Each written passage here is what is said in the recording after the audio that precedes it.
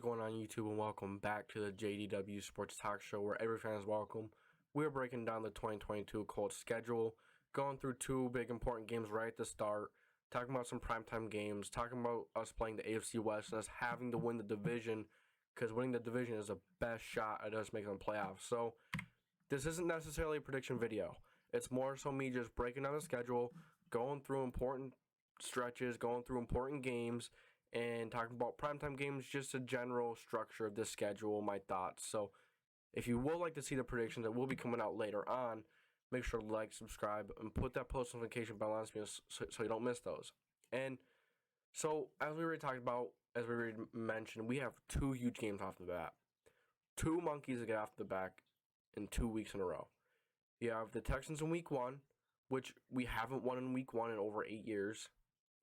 And the Jaguars in week 2 in Jacksonville. We just play our worst football in Jacksonville. Don't know what it is. When we go down to Jacksonville, the team just leaves. The team just forgets to get off the bus. They forget to come out of the locker room. And that needs to change. And week 1 needs to change, and week 2 is going to need to change as well. Because we've struggled to come out hot. We've struggled to come out in a decent manner. You start 0-2 in the division, in the conference, it's not good. It's tough to come back from that. And then look at the week after, the Jaguars. Week 3, we play the Kansas City Chiefs. Yeah, it is at home, but you're playing the Chiefs. And I'm not saying it's not winnable. The Colts could beat every single team on the schedule. It's any given Sunday for a reason. And we saw last week in Jacksonville. It's any given Sunday. You need to work your butt off every single week. You need to come out of that locker room every single week firing on all cylinders. And the Colts need to do that in the first 2 weeks. And they need to do that every single week. Now, it's difficult to do that every single week. You're going to have your bad weeks. But you got to get it figured out early against Houston and Jacksonville, because you start 0-2 in the division. You start 0-2 in the conference. You're already setting yourself back a whole lot, because if you lose to the Chiefs, you're 0-3 in the conference. That is detrimental.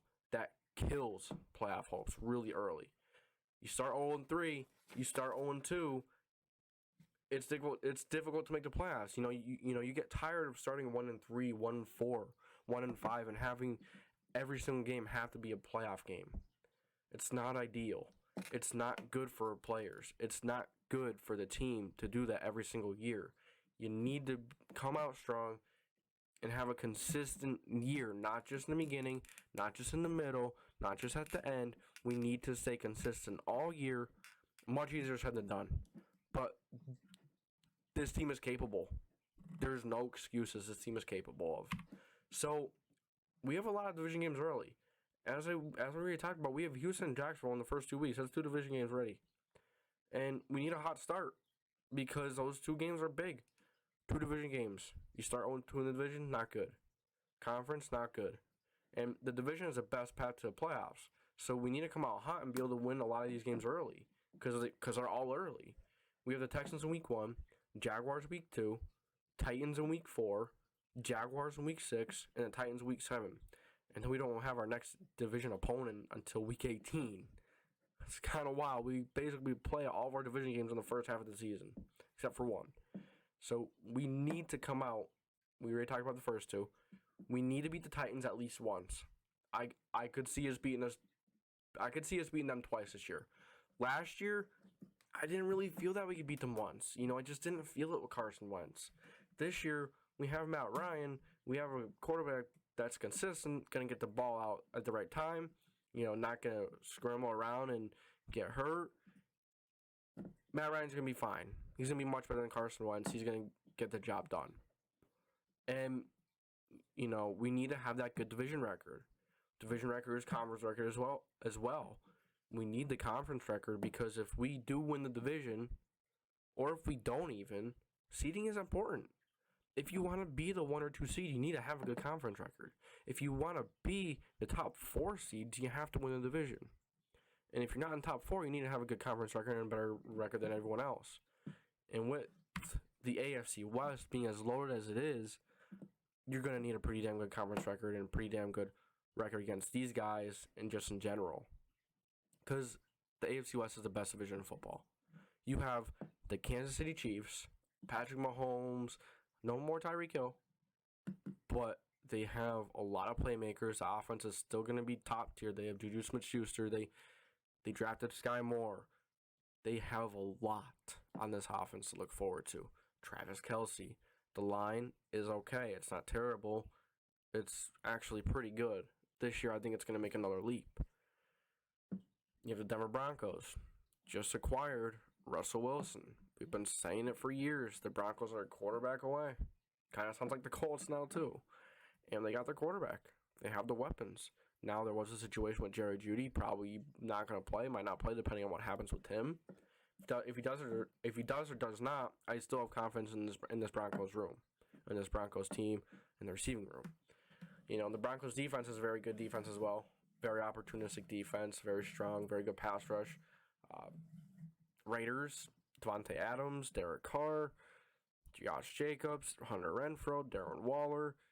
The list goes on. Their offense line is pretty good. They're big guys who know how to block. Pretty damn good. And then you have the Los Angeles Chargers. You have Justin Herbert, Austin Eckler, Keenan Allen, and Mike Williams. It's one of the big reasons why the Colts had to go out and work on their defense too. You know, they traded Rocky Ya-Sin for Yannick Ngakoue. They signed a guy like Stephon Gilmore. They signed a guy like Rodney McLeod, who isn't no Tyrann Mathieu, but Rodney McLeod is a very, very solid safety who's going to fill in. And, you know, Gus Bradley likes to run the 3 safety looks, and, you know, it's going to be important. Rodney McLeod is an awesome dude coming from Philly. Very good locker room guy. Very talented. That's a Chris Ballard guy. And, you know, all of these teams will be in contention for a playoff spot. As I mentioned earlier, we need to have that good division record, the good conference record to leapfrog these guys if we have similar records for the wild card or division win, or if or when we do win the division, we need to you want a nice seeding, 2 or 1. 3 and 4 are nice, but you'd rather 1 or 2. Obviously, the home field advantage is awesome in the playoffs.